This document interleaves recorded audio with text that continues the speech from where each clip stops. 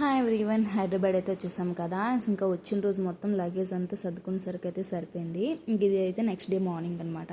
So ఇంక ఈరోజు అమ్మ ఈవినింగ్ గరీబ్రత్కి అయితే స్టార్ట్ అయిపోతున్నారు. సో అందుకే మార్నింగ్ అయితే మటన్ అయితే తీసుకొచ్చారు మా హస్బెండ్.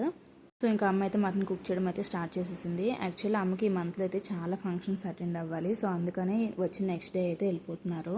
యాక్చువల్లీ నేను తీసుకొచ్చిన లగేజ్ అంతా అన్ప్యాక్ చేసినప్పుడు అయితే వీడియో అయితే తీసుకుందాం అనుకున్నాను. అత్తయ్య వాళ్ళు ఇచ్చింది అమ్మాలో ఏమేమి తీసుకొచ్చానని చెప్పి.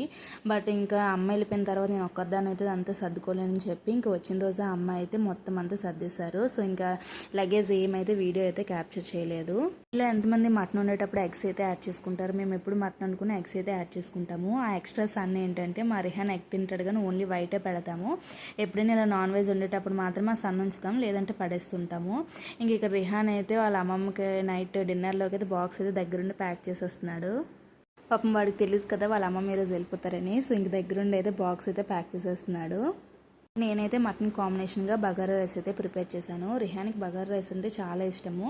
అందుకే కొంచెం స్పైసీ తక్కువ అయితే వేసి చేస్తూ ఉంటాను. Mutton curry bagara rice combination చాలా బాగుంటుంది కదా. ఈరోజు అయితే రెండు బాగా కుదిరాయి, చాలా టేస్ట్గా అయితే ఉన్నాయి. ఇంక లంచ్ అయితే తినేసాము. సో ఇంకా అమ్మ అయితే స్టార్ట్ అయిపోయారు. పాపం మా రిహాన్కి తెలియదు కదా, వాడు కూడా ఎక్కడో బయటకు వెళ్తాడని చెప్పేసి ఫుల్ ఎంజాయ్ అయితే వెళ్తున్నాడు. ఇంక ఎంత ఏడుస్తాడో లాస్ట్లో అయితే మీరే చూడండి. చాలా అయితే ఏడ్చాడు రిహాన్ ఇంకా వాళ్ళ అమ్మమ్మ వెళ్ళిపోతుంటే. ఇంకా అమ్మకు కూడా అసలు ఒక 2 days ఉందాం అనుకున్నారు. బట్ ఇంకా ఫంక్షన్స్ ఉండడం వెంటనే వెళ్ళిపోవాల్సి వస్తుంది.